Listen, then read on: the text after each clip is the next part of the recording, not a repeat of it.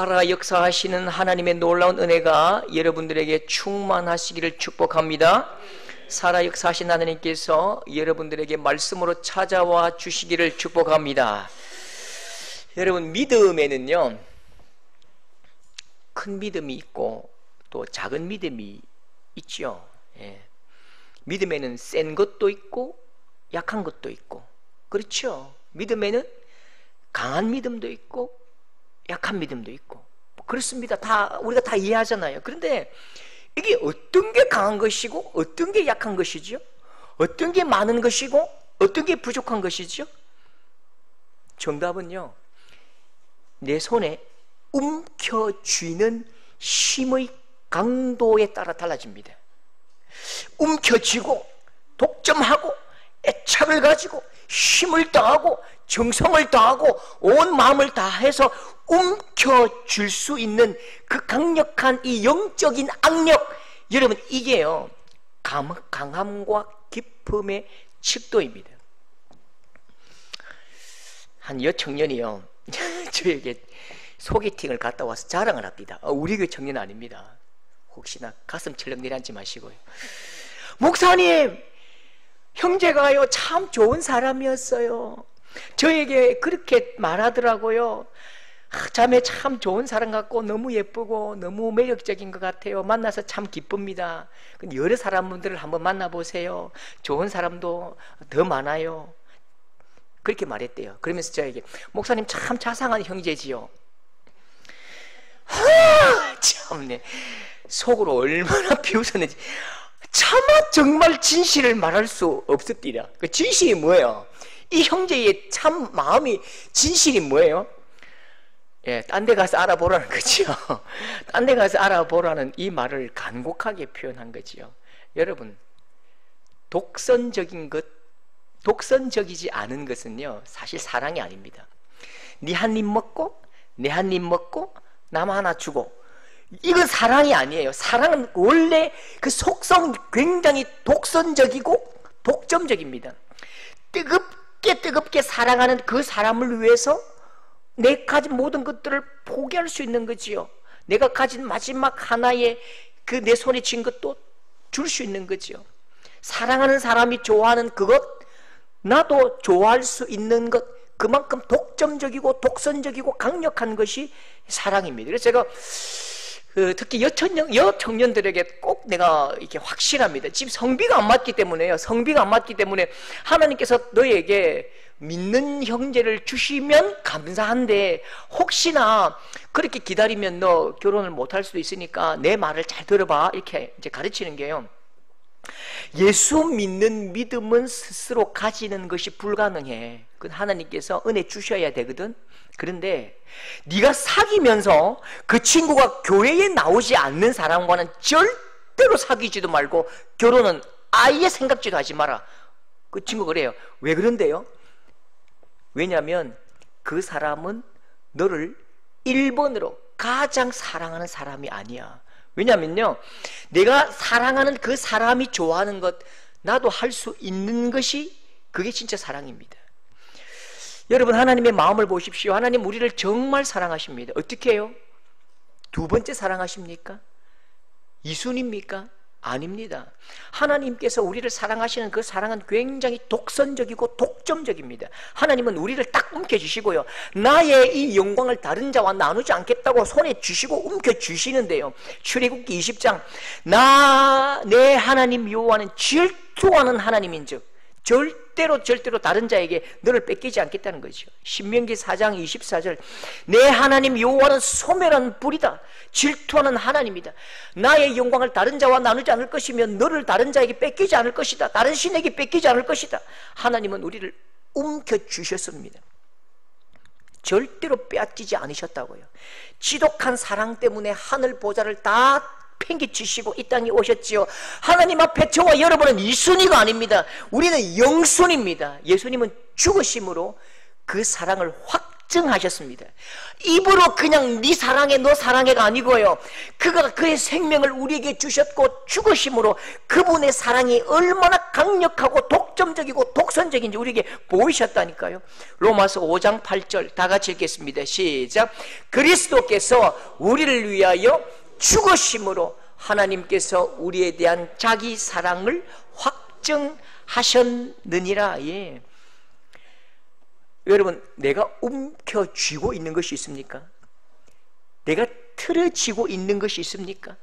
마치 이게 너무너무 굳게 불끈 쥐어서 즙이 짜내지도록 불끈 쥐고 있는 것이 있습니까? 바로 내 손에 있는 그것이요, 내가 사랑하는 것이고요, 그게 내 믿음의 대상입니다. 하나님을 모르는 사람들은 거의 대부분 이 손에 물질과 명예와 권력을 꼭 쥐고 삽니다. 우리는 이 두 손에 복음을 쥐고 살지요. 내가 움켜쥐고 있는 예수 그리스도, 그분이 우리의 믿음의 대상이요 나의 사랑입니다. 그런데요, 그러면 이제는 움켜쥔 것이 예수 그리스도 그분이라면 이제는 움켜쥔 힘의 강도가 우리의 믿음의 크기인 것입니다. 움켜쥐고 틀어지는 힘이 우리의 신앙인 것입니다. 공기 한 방울도 들어갈 수 없도록 불끈 쥘 수 있는 것, 그게 믿음이라니까요. 그 힘이 하나님을 사랑하는 우리의 마음의 크기입니다. 오늘 말씀에 불끈 틀어진 부부가 있습니다. 절대로 놓지 않은 두 주먹 불끈 쥐고 손에 틀어진 이 부부가 있습니다. 이 부부에게 아들이 태어납니다. 2절 보십시오. 그 여자가 임신하여 아들을 낳으니 그가 잘생긴 것을 보고 석 달 동안 그를 숨겼으나, 이 무슨 말이죠? 잘생긴 것을 보고 숨겼다. 이 무슨 말입니까? 그러면 아들이 태어났는데 뚜꺼비같이 생기면 내다 버리려고 했을까요?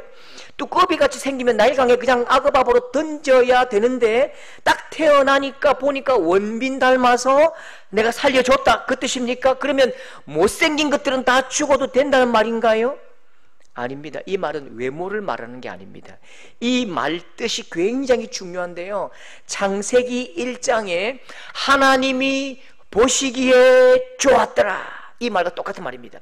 그가 잘생긴 것을 보고, 이 말씀은요, 하나님이 보시기에 좋았더라, 하나님의 마음에 합하고 하나님의 마음에 딱 맞고 하나님의 계획에 정확하고 우리가 기도한 대로 우리가 소망한 대로 하나님께서 정확하게 그 말씀대로 아들을 우리에게 주셨다는 거죠.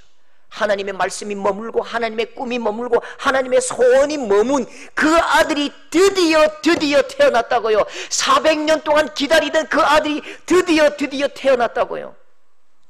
부부는 이제 선택을 해야 합니다. 하나를 쥐면 하나는 놓아야 되고요, 하나를 움켜쥐면 하나는 놓아야 됩니다. 두 개의 명령이 있지요. 바로의 명령입니다.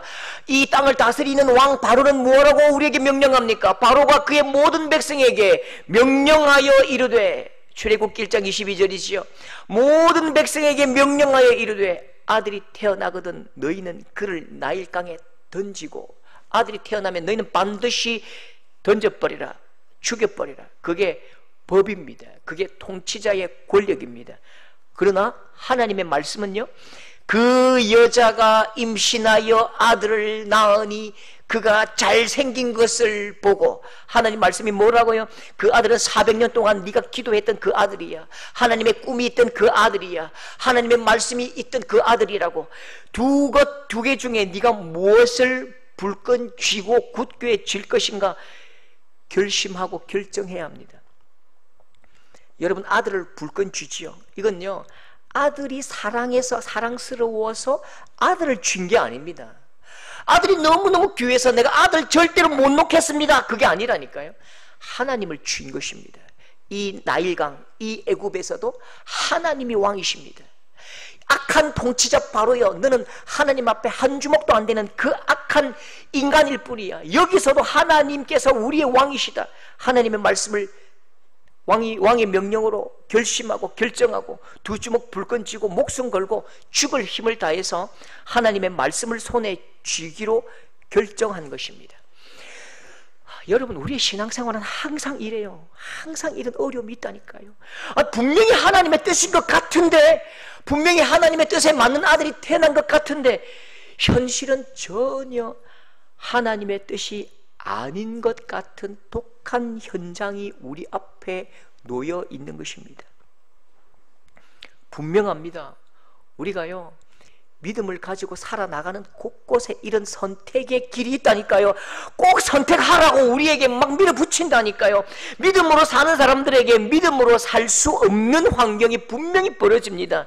믿음으로 사는 우리 앞에는 항상 믿음으로 견딜 수 없을 만큼 굉장히 악한 환경이 우리 앞에 입을 벌리고 있는 거지요. 모세의 이 부모는 악한 현실에 체념하지 않습니다. 아들을 키울 수 없는 현실, 맞아요. 인정합니다. 그러나 그 현실도 하나님의 손에 있는 것입니다. 내게 밀려오는 지독하게 아픈 현실도 하나님 손에 있다고요. 하나님 손 안에 있기 때문에 하나님 없는 것 같은 현실에 그냥 믿음으로 머리 박아보는 거죠. 죽을 힘을 다해 부딪혀 보는 거죠. 그래서 2절 말씀 보십시오. 3달 동안 그를 숨겼으나 100일 동안 딱 숨겨버립니다. 하나님의 말씀을 붙드는 것이요. 100일 동안 아들을 움켜쥐고 하나님 말씀을 불끈 움켜쥐었습니다. 숨길 수 있을 때까지 끝까지 움켜쥐고 품에 안아버립니다. 도저히 숨길 수 없는 시간이 왔습니다. 환경이 회복되지 않으면 포기해야 합니까? 환경이 열리지 않으면 우리에게 주신 하나님의 꿈 다 포기해야 합니까? 절대 그럴 수 없다니까요. 환경이 열리지 않아도 하나님의 꿈은 무럭무럭 자라가는 것이고, 환경이 활짝 열리지 않아도 하나님의 그 복음의 걸음들은 뚜벅뚜벅 걸어가야 한다니까요. 그런 말이 있더라고요. 보험회사 앞에 가니까요. 보험회사 그 삼성생명 저기 반월당에 가서 내가 그 앞에 한 5분 정도 가만히 머물러 있었습니다. 이게 진짜 대단한 말이더라고요. 포기는 김치 셀 때 쓰는 말이다. 포기는 김치 셀 때 한 포기, 두 포기, 100포기 세지. 하나님 앞에 포기는 없지요. 사람에게는 또 포기 있을지 모르지만요, 하나님 앞에는 포기할 필요가 없는 것입니다. 아무리 막고 막아도 하나님의 복음의 전진은 끝까지 한 발자국이라도 앞으로 나아가는 것입니다. 이 두 부부가요, 생각합니다. 고민하고 또 고민합니다. 그래서 갈대 상자를 만들지요. 어떻게 만듭니까? 하나님을 사랑하는 크기만큼 최선을 다해서 만듭니다. 하나님을 믿는 신앙만큼 섬세하게 만듭니다. 하나님을 믿는 믿음만큼 꼿꼿하게 분명하게 세심하게 만든다고요. 생각하고 또 생각하지요. 믿음으로 지혜를 구하고 또 구합니다. 3절 말씀 보십시오. 역청과 나무 진을 칠하고 아기를 거기 담아 나일 강가 갈대 사이에 두고 역청을 칠합니다. 그만해도 돼요. 원래 역청만 칠합니다. 원래 배는요, 역청만 칠해도 물이 새지 않는다니까요. 괜찮습니다. 역청만 칠해도 돼요. 그래도 내가 할 수 있는 게 뭘까? 또 고민하고 또 고민하다가 손때를 한 번 더 묻힙니다. 나무 진을 칠하지요. 이제는 절대로 습기도 들어가지 못합니다. 그리고 3절 말씀에 나일 강가 갈대 사이에 두고, 나일 강 중앙으로 밀어버리는 것이 아니라 그 강가의 갈대 사이로 밀어낸다고요. 왜죠? 어떻게든 살려야지요. 하나님의 꿈이 머문 아들이기 때문에 살려야지요. 그냥 끝까지 손에 움켜쥐고 애착을 가지고 마음을 다하고 생각을 다하고, 그래서 갈대 사이로 그냥 밀어버리는 것입니다. 왜지요? 갈대 사이에 가야 뒤집어지지 않거든요. 강 속으로 들어가면 풍랑에 넘어져 버리니까요. 갈대 사이로 그냥 싹 밀어버리는 것입니다. 그뿐 아닙니다. 혹시나 문제가 있으면 얼른 건져야지요. 악어가 접근하면요, 악어가 막 입을 벌리고 오면요, 그냥 막대기로 눈이라도 막 쑤셔버려야죠. 죽여버려야죠. 그래서 4절 보십시오. 누이가 어떻게 되는지 알려고 멀리 섰더니 멀찌감치 계속 뚜렷지게 보고 있는 것입니다. 눈길을 떼지 않고 따라갑니다. 어떻게든지 살려야지요. 어떻게든지 하나님의 꿈이 열매 맺어야지요. 하나님의 마음이 여기에 있고 하나님의 꿈이 여기에 있다면 어떻게든지 그걸 살려야 된다고요. 여러분, 사람들은요 욕망을 움켜쥡니다. 그런데 그 욕망은 움켜쥘수록 그건 안개와 같습니다. 아무리 움켜쥐어도 잡히지 않고 허무합니다. 그런데 움켜쥐는 것 중에는요 거룩한 움켜쥐음이 있습니다. 예수님께서 우리를 움켜쥐셨지요. 주님께서 우리를 움켜쥐시고 십자가로 뚜벅뚜벅 걸어가셨다고요. 절대로 놓지 않으시고 뚜벅뚜벅 십자가로 걸어가신 그 하나님의 걸음걸이, 여러분, 그 하나님의 마음처럼 오늘 이 아기의 부모도 하나님의 마음을 움켜쥐고 뚜벅뚜벅 걸어가고 눈길을 떼지 않는 것입니다. 하나님의 소원 앞에 철저하게 처절하게 헌신하는 이 부부의 모습을 히브리서에서 평가합니다. 히브리서 11장 23절 우리 다 같이 읽어볼까요? 시작! 믿음으로 아름다운 아이임을 보고 석 달 동안 숨겨. 자, 여기서 핵심이 뭐죠? 믿음으로죠. 히브리서 11장은 믿음장, 믿음으로 이렇게 표현합니다. 그런데 여러분, 방금 이 말씀이, 이 번역이 우리가 알기가 조금 어려워요. 제가 다시 번역해 볼게요. 바로 이것이 믿음입니다. 모세가 났을 때에 그 부모가 아름다운 아이임을 보고 석 달 동안 꽁꽁 숨겼습니다. 바로 이것이 믿음입니다. 믿음으로 모세가 태어났을 때에 그 부모가 아름다운 아이임을 보고 석 달 동안 숨겨. 이 말씀은요, 이것이 바로 믿음입니다. 그가 석 달 동안이나 숨겼습니다. 이것이 믿음입니다. 그렇게 말합니다. 성도들의 현실이, 우리 현실이 아무리 힘들고 어려워도 우리에게 감당하지 못할 시험을 우리에게 허락하신 일이 없습니다. 우리가 아무리 고통스러워도 하나님의 통치를 벗어난 고통을 우리에게 주신 일이 없다고요. 아무리 억울해도 의미 없는 고난을 우리에게 주신 일이 없지요. 그래서 하나님께서 내게 허락하셨고 이 모든 고통도 하나님의 손 안에 있기 때문에 내게 허락하신 이 현실에 마음을 다하고 헌신하고 그렇게 결단하고 그냥 밀어붙여 보는 것입니다. 그게 좋은 믿음입니다. 모세의 부모는요, 환경이 너무 어렵지만 이 아기를 하나님께서 내게 맡기셨기 때문에 마음을 다하고 최선을 다하고 정성을 다하고 그냥 온 힘을 다해서 이 아이를 보호하는 것이요, 하나님은 그걸요 믿음이라고 인정하신 것입니다. 보십시오. 하나님이 말씀에 헌신한 이 사람을 어떻게 도우십니까? 그냥 멀찌감치 구경만 하십니까? 아닙니다. 하나님을 향해서 뜨거운 열정으로 달려오는 그 사람을 향해서 하나님도 급하게 뛰어가시고 달려가십니다. 여러분, 바로의 궁에 목욕탕이 없습니까? 참 재미있는 이야기입니다. 이 역사적 고정을 할 때요, 이건 하나님을 모르는 사람들이 이건 말이 안 된다, 거짓말이라고 말하는 지점이 그겁니다. 바로의 왕궁에 목욕탕이 몇 개 있을까요? 수십 개 있습니다. 무엇으로 만들어졌지요? 황금으로 만들어진 왕궁의 목욕탕이 있어요. 공주는 강에 목욕 안 한다고요. 우리가 어릴 때에 저수지 목욕하고 금호강 뛰어들지만 공주가 왜 나일강에서 목욕을 합니까? 왕궁에, 금탕에 향수 뿌리고, 그렇죠, 꽃가루 뿌리고 목욕하겠죠.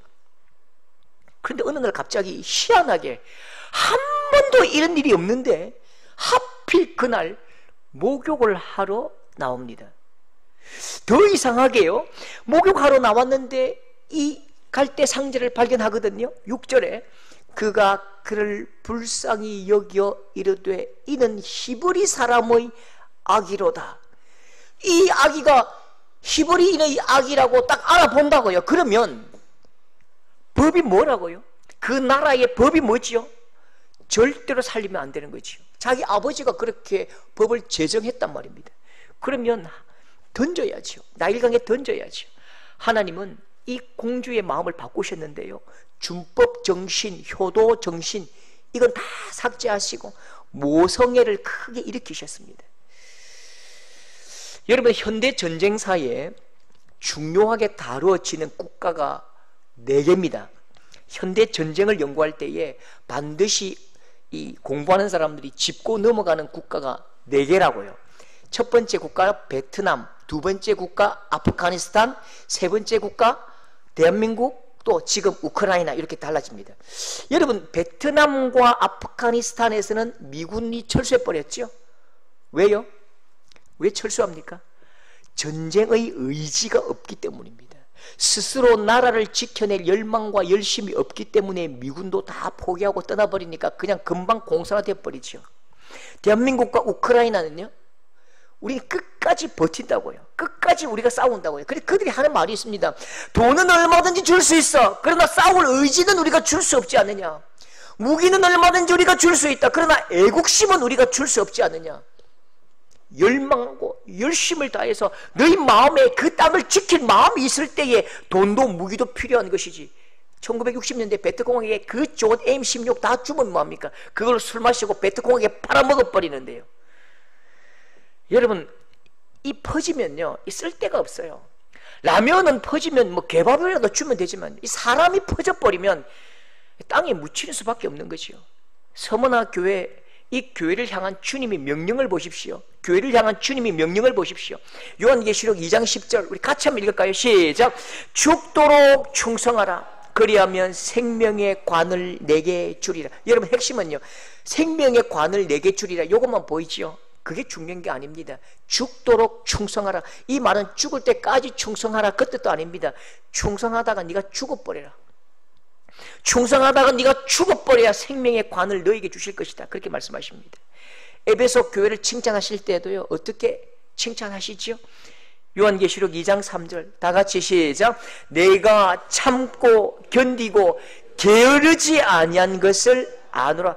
참고 견디고 게으르지 않은 것, 내가 그거 기억한다고요. 여러분, 하나님께서 우리에게 주신 이 삶의 이 모든 지경에는요, 하나님의 소망이 있다고요.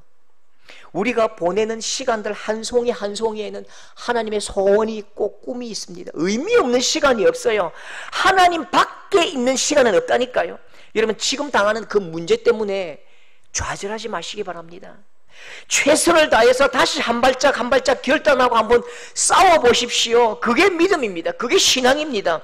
삶을 긍정하고 고통의 시간을 당당하게 믿음으로 살아내는 것, 그게 믿음이고 그게 신앙인 것입니다. 하나님을 사랑하는 삶의 크기만큼, 하나님을 사랑하는 마음의 크기만큼 당당하게 우리의 삶을 견디고 버티고 그냥 앞으로 나아가고 살아내는 것, 그게 믿음이고 신앙이고요. 하나님은 그걸 기뻐하신다니까요.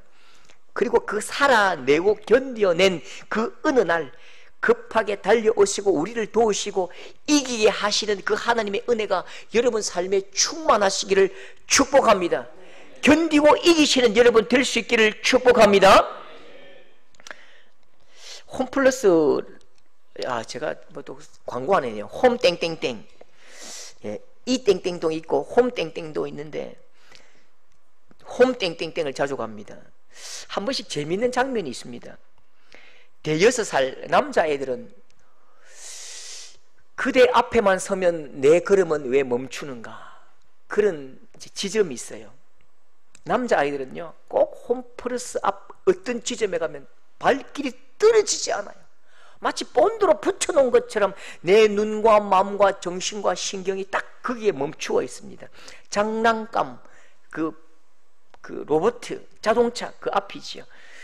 터닝 메카드 뭐 이런 게 있습니다.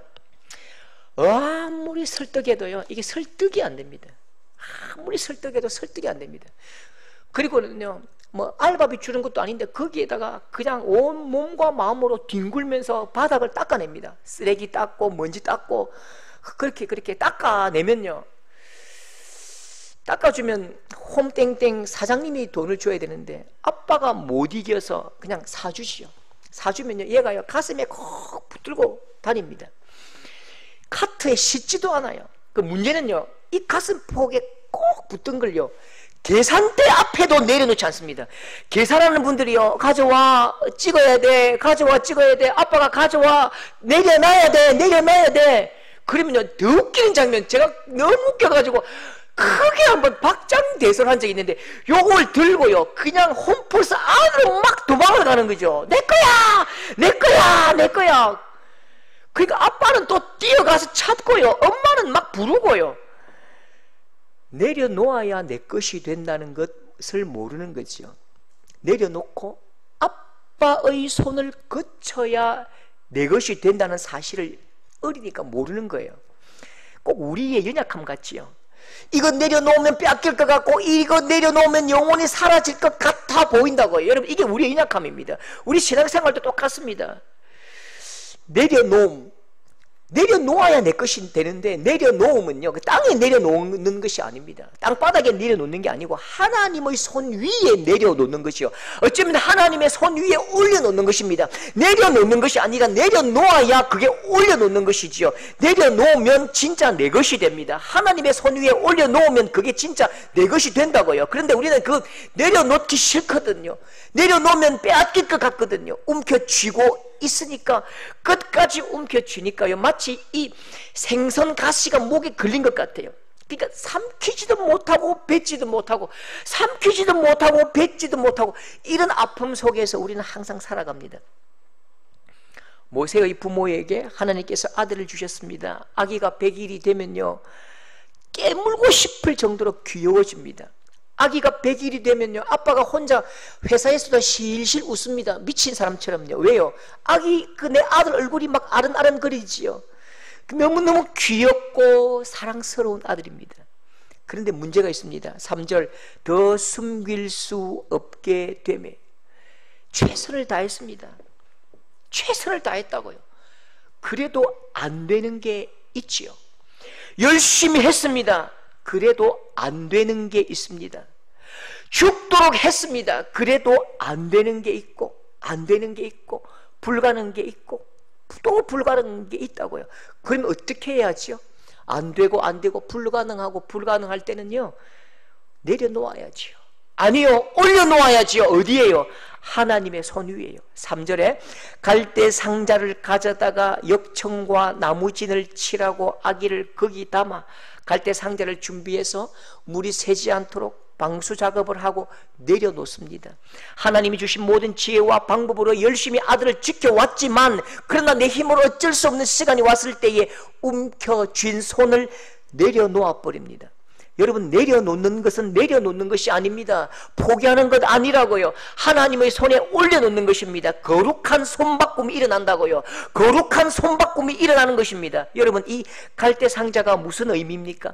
내 손으로 난 내 자식을 내 손으로 키우고 싶지만 포기할 수밖에 없는 어머니의 무기력함이 담긴 상자입니다. 살고 싶어 태어났지만 죽어야만 하는 아기의 무능력이 담긴 상자지요. 노예로 살아가는 민족의 그 불가능이 담긴 상자입니다. 무기력하고 무능하고 안타깝고 가슴 아픈 한을 담은 상자입니다. 그래서 여러분, 이 갈대 상자는요, 엑셀도 없고 브레이크도 없고 핸들도 없고 아무것도 내가 할 수 없어서 그냥 하나님 앞에 올려드립니다. 그 갈대 상자를 누가 운전해 가시지요? 하나님이 운전하십니다. 내가 핸들에 손을 놓을 때에 하나님이 그 핸들에 손을 잡고 운전해 가시는데요, 하나님은 탁월하게 갈대 상자를 운전해 가셨습니다. 어떤 일이 일어납니까? 9절 말씀 다 같이 읽겠습니다. 시작. 아기를 데려다가 나를 위하여 젖을 먹이라. 내가 그 싹을 주리라.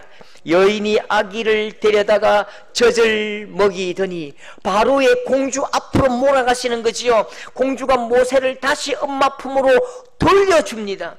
여러분, 이 아기가 100일 동안 하지 못한 게 뭘까요? 여러분, 이 아기가 100일 동안 하지 못한 게 뭐지요? 대한민국도 요새 그 사건 좀 정치적으로 유명한 사건이 되었는데, 입틀 막 아시죠? 아기가 막 울면요, 엄마가 입을 막는 거예요. 옹알이 한번 해보지 못했습니다. 엄마 아빠 부를 수가 없는 거예요. 들킬까 싶어서요. 이제는요, 입틀막 할 필요가 없어요. 크게 울어도 돼요. 분유값, 기저귀값 고민했는데 이제는요 월급 받습니다. 월급이 빵빵하게 나온다고요. 엄마 아빠 크게 외쳐도 되고 노래 불러도 되고 유치원 보내도 됩니다. 여러분, 하나님 앞에 내려놓을 때에 하나님은 그 상자를 들어서 다시 엄마의 품으로 돌려주셨습니다. 엄마가 이제 마음껏 젖을 먹이고 마음껏 내 아들 자랑할 수 있게 되었다고요. 사람이 상상할 수 없고 기대할 수 없는 방식으로 갈대 상자를 그 엄마 품으로 돌려주셨습니다.